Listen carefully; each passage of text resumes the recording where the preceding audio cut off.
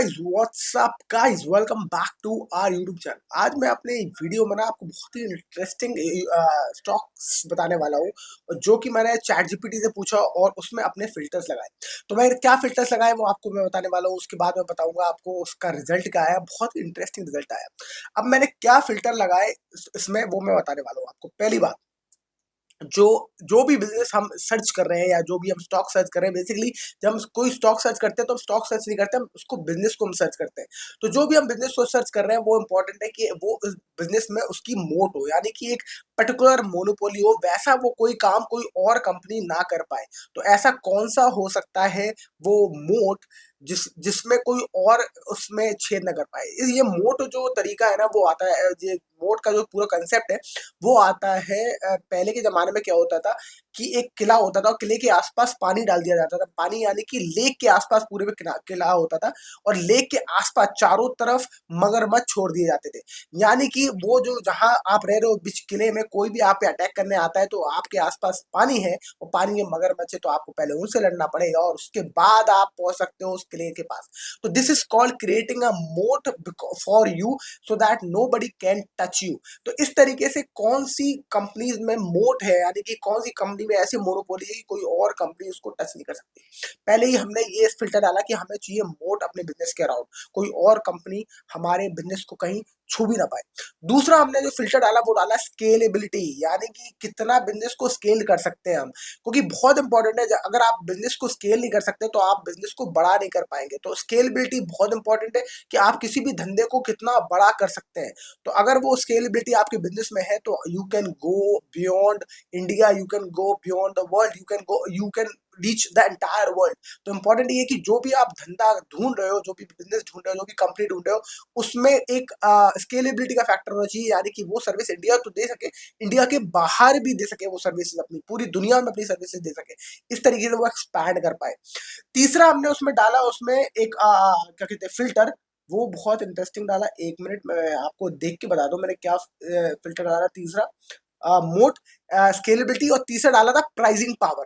अब pricing power मैंने इसलिए डाला कि प्राइसिंग पावर यानी कि अगर वो अपना प्राइस बढ़ा देना तो भी लोग उसको खरीदने पर उतारू रहे या खरीदे ही उसको, तो उसको फर्क ना पड़े कि अगर किसी उसने प्राइस बढ़ा दिया तो पब्लिक जो है वो दूसरी तरफ सेगमेंट में शिफ्ट हो गई, या जो बायर है या कंज्यूमर है वो दूसरे पास चला गया माल लेने। फॉर एग्जाम्पल, अगर आप दूध का पैकेट सेम क्वालिटी का 27 रुपए का दे रहे हो और कोई बगल वाला 25 रुपए का देने लगता है, तो आपका कंज्यूमर जो है वो शिफ्ट हो जाएगा 25 रुपए वाले पे, टिल द टाइम आप पर उसको ट्रस्ट हो, आपको लगे कि यार नहीं यार इससे ही लेंगे हम क्योंकि उस पर भरोसा है। फॉर एग्जाम्पल, ऐसे आप हमेशा कहते हो कि यार टाटा पे हमें भरोसा है, यार हमें बिरलास पे भरोसा है, क्योंकि उन्होंने एक अपनी ट्रस्ट क्रिएट किया है, राइट।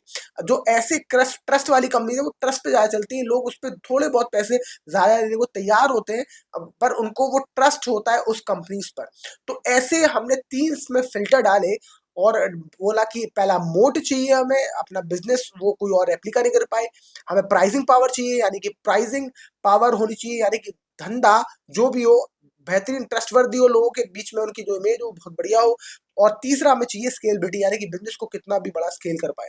तो ये जब तीनों फिल्टर डाले तो हमें, और हमने एक और चीज डाली इसके अलावा इंटरेस्टिंग, हमने डाला उसमें फिल्टर कि हमें 3 स्पेस से ही अपने स्टॉक चाहिए। एक डाला हमने आईटी, क्योंकि आईटी जो बिजनेसेस है वो स्केल बहुत जल्दी कर लेते हैं। तो आईटी में बिकॉज ऑफ इंफॉर्मेशन टेक्नोलॉजी उसमें फिजिकल स्पेस कम होता है, फिजिकल जो रेस्ट्रिक्शन है बहुत कम होती है, तो आप अपने आईटी की सर्विसेज पूरी दुनिया को दे सकते हो।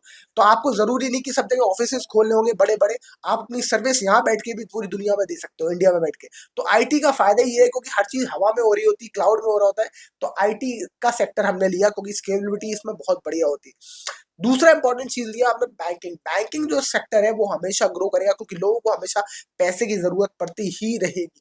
तो हमने कहा कि बैंकिंग और आईटी हमें रखना है। और तीसरा हमने रखा कंज्यूमर स्पेस, यानी कि लोगों का खर्चा हमेशा बढ़ता ही रहेगा, लोग खर्चा करते रहेंगे, लोगों को सामान की जरूरत पड़ती रहेगी, तो लोग खर्चा करते रहेंगे, और इसलिए हमने पकड़ा कंज्यूमर स्पेस।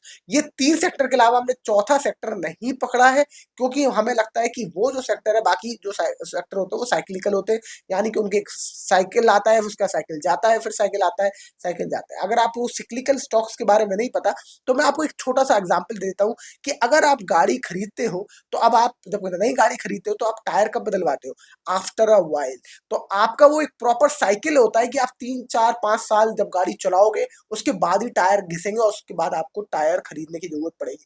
तो उनका जो प्रॉफिट होता है वो आफ्टर अ वाइल आता है, एक साइकिल होता है उनका कि अभी अगर कोई चीज खरीदी तो अब उसको दोबारा रोज नहीं खरीदना। पर कंज्यूमर में क्या होता है कि दूध का पैकेट आपको रोज खरीदना है, ब्रेड आपको रोज खरीदना है, आईटी सर्विसेज आपको रोज यूज करना है।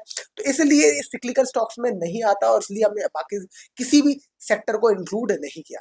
अब क्या रिजल्ट हमें जो चैट जीपीटी ने दिए वो मैं बता रहा हूँ आपको।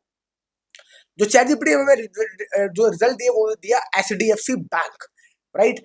दूसरा दिया कोटक महिंद्रा बैंक। तीसरा दिया टीसीएस, आईटी सेक्टर से उसने दिया टीसीएस, टाटा कंसल्टेंसी सर्विसेज। अपने आप में एक धुरंधर स्टॉक है और अपने आप में एक मोनोपोली है, मोनोपोली तो नहीं है पर बहुत ही बड़ी कंपनी, लार्ज कैप कंपनी है।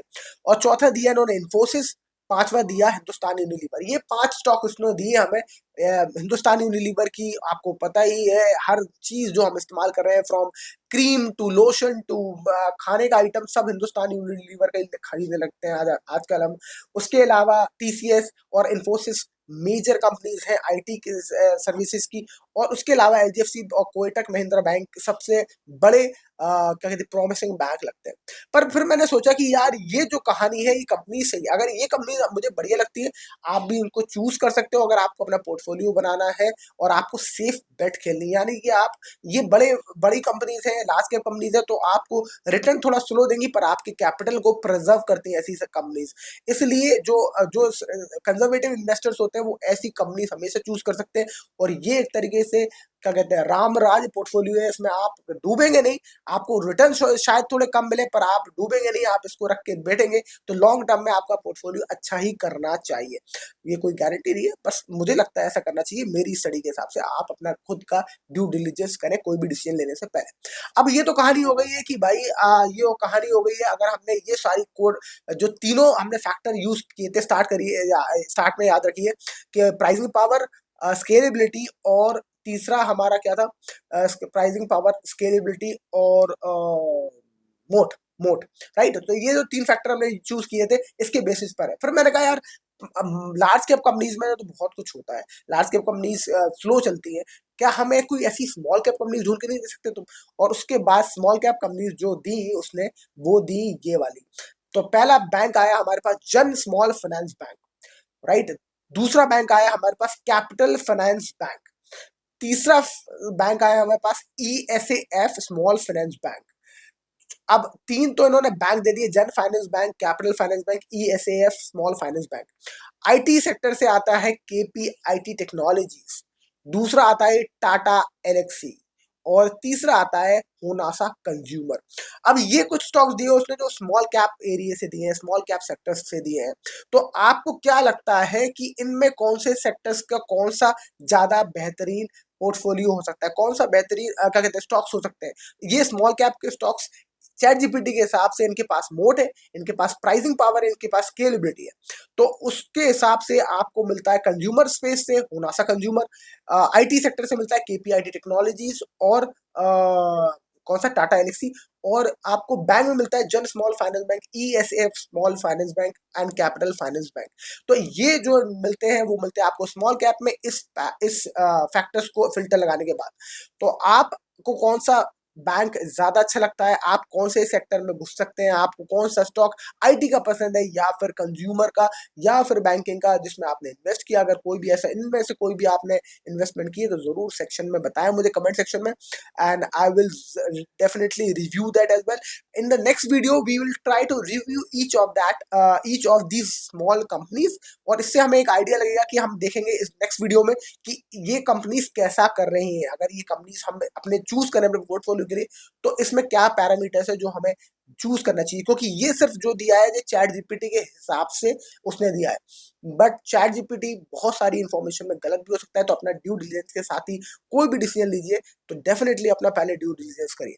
तो that's it for this video. Next video में हम बात करने वाले हैं इन बैंक्स के बारे में, स्मॉल कैप बैंक्स के बारे में, आईटी सेक्टर्स के बारे में और कंज्यूमर स्पेस के बारे में। ये मुझे कितना अच्छा लगता है वो हम नेक्स्ट वीडियो में डिस्कस करेंगे। That's it for this video. I hope you enjoy the video. If yes, like, share and subscribe. I will see you in the next video. Thank you so much for watching. Bye bye.